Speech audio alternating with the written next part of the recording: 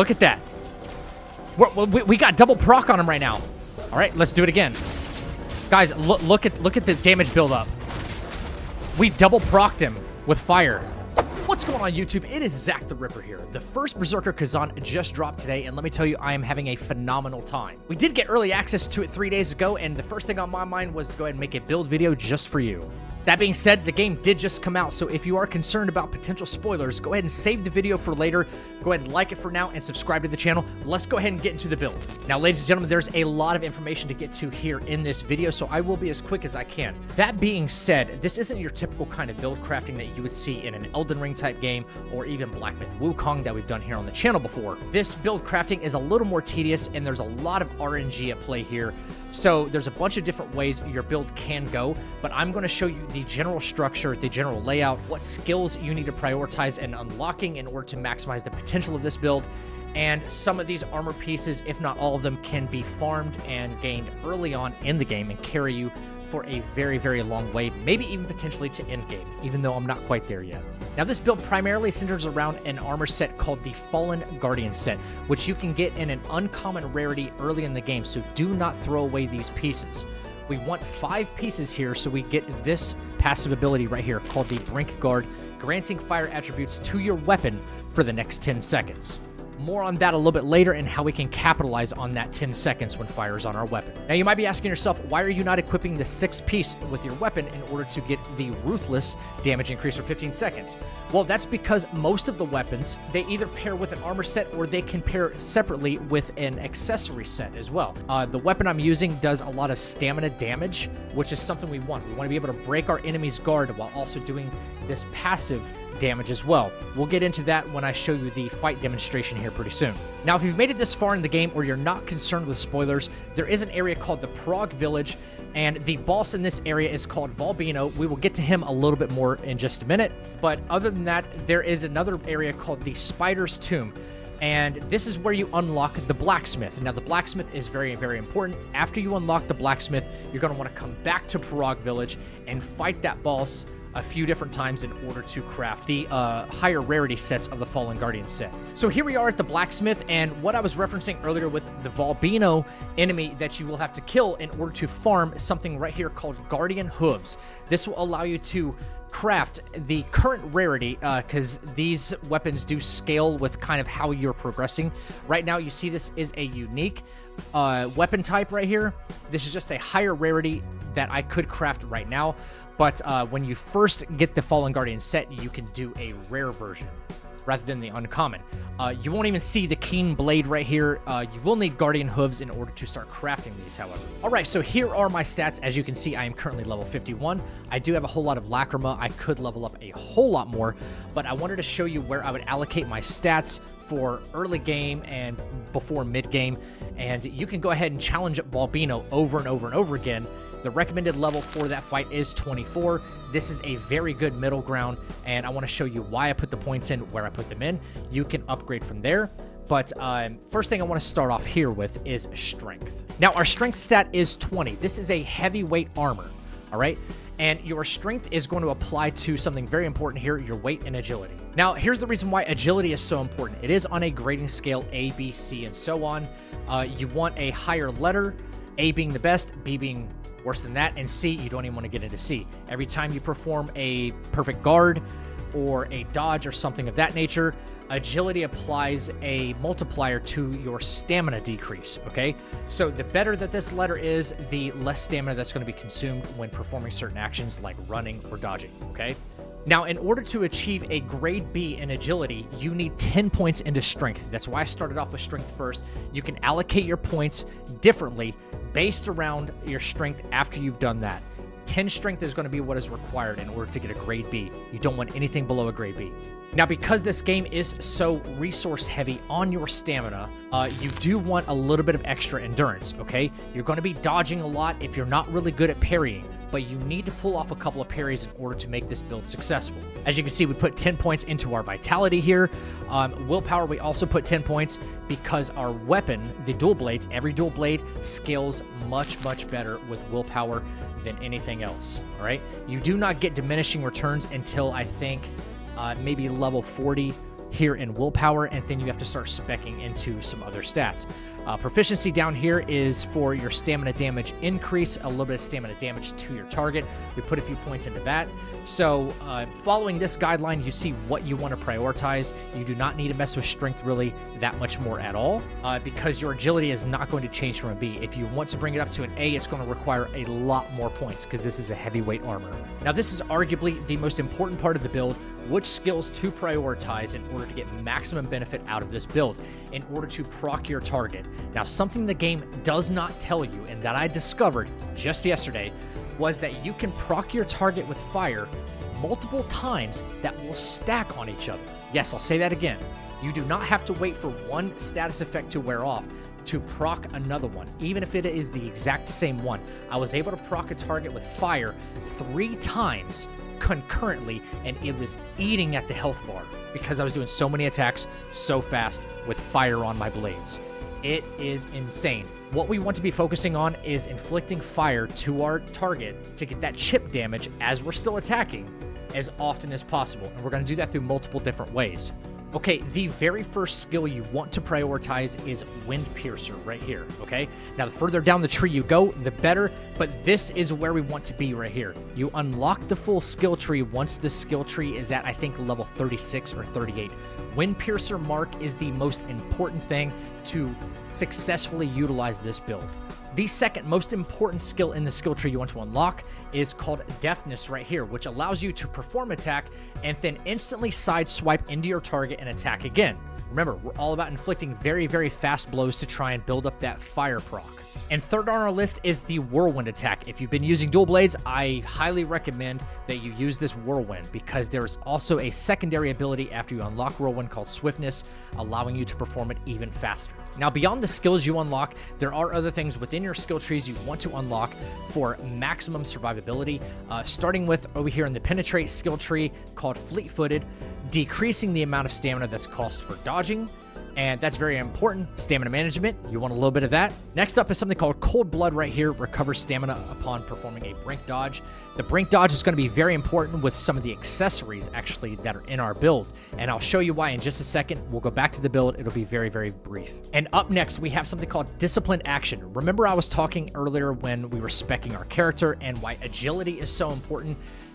You do get more iframes out of your dodges based on the grading of your agility. So, as you see right here, Disciplined Action increases the invincibility duration of dodges in proportion to your agility. That's why we want at least a B. We do not want to miss out on iframes and brink dodges and staying out of danger because we are wearing a heavyweight armor and we didn't spec into our strength. Very important there. And right down here, the Disciplined Action Agility also increases the invincibility duration of your dodges just a little bit more. So, maximum survivability right here, and let's go ahead and get into the common skill tree. Now, as we said before, obviously, parrying and dodging in this game is paramount. It is the number one thing you have to do in this game in order to survive. There's a couple other tools in your common skill trees where you will be able to help exhaust your target even more if you get good at these inputs, and some of these are a little more forgiving than others, starting primarily with a skill called Reflection right here. This is basically like a brink guard, but it is performed by doing a different input and reflecting the target. It will exhaust them, as you see in the animation right here, if you do it successfully. It's kind of hard to pull off, but you want to make it your way down to this part of the skill tree called Reflection Swift, and that allows us to perform the reflection skill a little bit faster and time it a little bit better. There's also one here down at the very bottom where it increases the window of opportunity for this, okay? Now, the same goes for something called Counterattack, the Nikiri counter. When you see a symbol right above your character in order to reflect that big attack, back then it will also exhaust your opponent. Now, why do I bring these up? Because this will give us opportunities to use consumables when we exhaust our target, okay? When you do a Nikiri counter or a reflection, you want to be able to use fire consumables. Again, this is about inflicting status effects to your opponent as often as possible in different ways. So even if you're not getting the brink guards, but let's say you get the counterattack, you still have a way to do massive fire damage to your target, provided that they are weak to fire. Now, to enhance this build even more, once we do have access to the blacksmith, there are a couple things you can start crafting. You will have probably likely have gained some of these right here: transmutation shards, transmutation mists, and spirit orbs. This stuff can be found in the open world. You can buy some of these from the guy that's up top. Actually, he has a rotating stock every time you come back from a mission. So don't forget to buy out his stock all the time. Fire Spirit's fuel is kind of important to help proc that fire again, as well as the concentrated fire essence. These are both very good. Craft as many of them as you can. Keep them in your inventory. After you've kind of learned the fight, you can start throwing these in between certain moves in order to keep that fire proc building and building and building and building. And last but not least, the Vitality Spheres. Not only can you buy them from the merchant upstairs above the blacksmith, you can craft them right here. Make sure you stay stocked on these bad boys because it cannot hurt to have insane stamina regen. One more thing I wanted to touch on with the blacksmith is the small spirit ore. There is likely a higher rarity version of this that you can craft. I have not found it yet. But this build heavily relies upon your spirit gauge being full so you can keep doing that special attack. And I'll show you how to do that once we're in there. So crafting these, keeping yourself fully stocked on these is very, very important. So that way, if you need to try and proc that fire on your target again, and you don't have the spirit gauge full, you can pop one of these, throw that skill, and that axe is going to continuously keep following them and doing a lot of proc damage. So as you guys very well know, we do carry phantoms with us. I still prioritize Keshta here for the stamina regen. I have her at level 17. I also have her awakened, so you'll probably see very, very fast stamina regeneration. If you stick with this build, you're going to get very, very fast stamina regen no matter what. And if you couple that with the Vitality Sphere we just covered, then you are going to see that bar come back very, very fast. Even if the opponent happens to exhaust you or something like that, you'll see it come back extremely fast. That is very good for us. Okay, now, the last thing of our build, the accessories. I know I touched on the brink dodging for just a second. That's why I wanted to touch on the spirit ores there in order to keep bringing our spirit back in order to perform the special skills. If you perform a perfect dodge, or a brink dodge, rather, you get spirit accumulation from this set right here called the Warrior set. So, we want to bring that spirit back and gain it as quick as we possibly can. Get those spirits back. Keep casting that ability. Now, we're not using the Wind Piercer skill. We did not unlock that in our skill tree. We're not utilizing this. So I just picked a dual-wield weapon here that has some stamina damage increase. I have plenty that I could choose from here. I wasn't going to pick something that may be maybe out of your wheelhouse or rarity for that matter, but something that gives us maybe enhanced stamina or does more damage is always fine. If you happen to pick the Warrior set, it can't hurt, but you're not even using that skill, so I recommend something high in power, and you can come right over here with whatever weapon that you choose, and later on in the game you will be able to augment your weapon and just keep upgrading it, basically feeding your current weapon junk materials in order to keep making it stronger and stronger and stronger. So that's it for the build. I'm sorry if that took too long, but this game does have a lot to break down. It is still brand new, and I am figuring it out right along with you. That being said, let's go ahead and get into the fight demonstration, and I'm going to show you how to perform this build and what actions to do. I also will keep a gamepad up in the top left-hand corner of the screen so you can see what buttons I'm pressing as I go. All right, here we are at the fight demonstration. I will warn you that there may be a spoiler on the other side. This is a really cool boss. But as you'll see, as soon as we do a perfect guard, we will have fire on our weapons. We will have multiple ways to inflict fire on our opponent. So let's go ahead and get into it. It's a very difficult boss here. All right. We got fire on our weapon here, which is great. We can use a consumable. Start a little bit early. Let's try and inflict fire early. All right, you see that? I used a special ability there. Might be able to do it again. Okay, a little far away.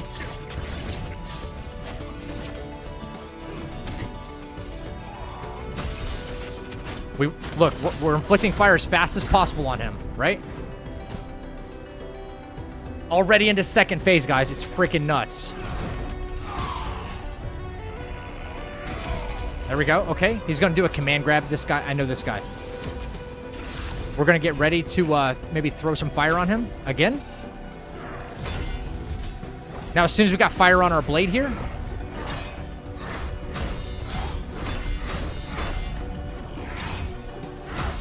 throw it at him. We can back up. Just let it do work. Let it do work.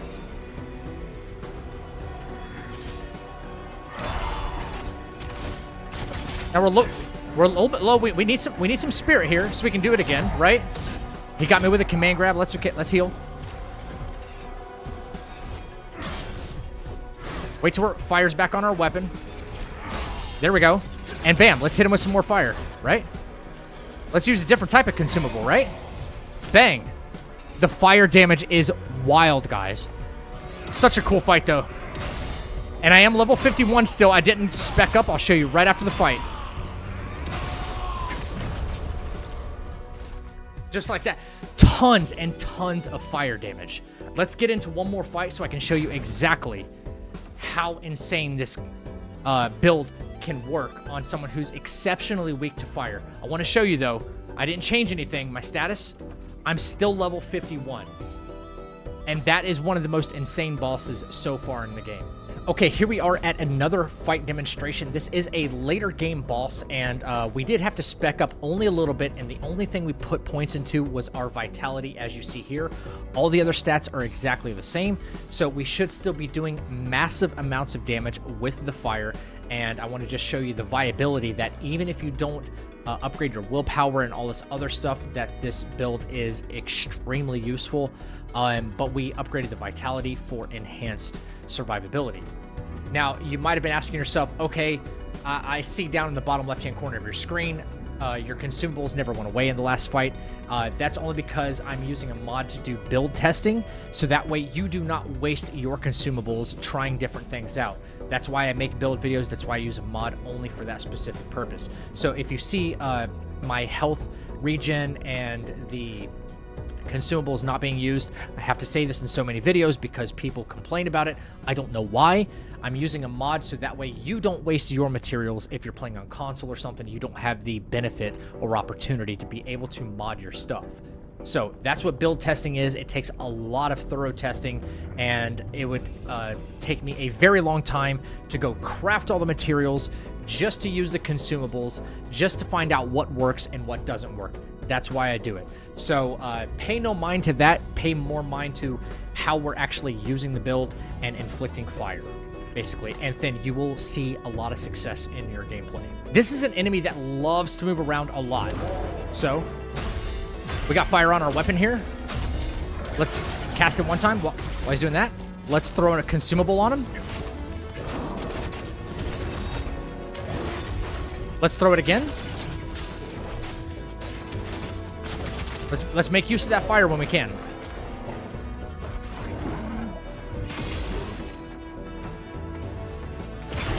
All right, let's do it again.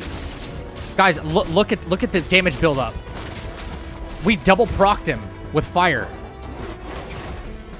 Like, we double procced him with fire. If we need a little bit of spirit, let's gain some spirit. So as soon as fire's back on our weapon, real fast attacks on him. Let's dodge out of the way of that. Let's try and hit him with fire again. Oh, we missed. That's okay. Let's throw one at him. There we go. There we go. Make sure we're healed. He'll probably put fire back on our weapon here. Yep, right there. 2, 3, 4. Let's throw it at him. Let's throw it at him again, if we can.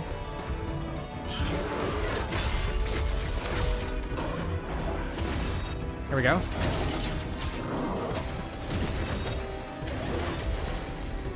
Fire. Just massive chunks of damage, guys.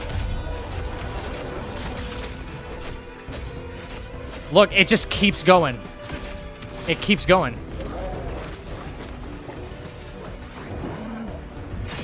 He's on fire. It's just eating him.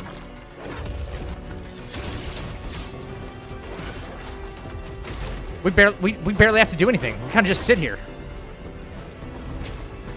Do not sleep on status effects. That's it.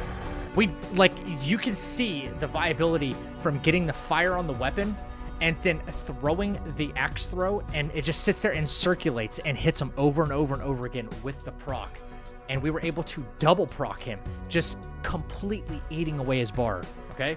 Something I wanted to mention here in this video is I have not quite figured out who is weak to what, but I have noted that Enemies that are in water, you cannot really set on fire, and also dragonkin enemies are difficult to set on fire as well. Obviously, they're dragons, but they can still be set on fire.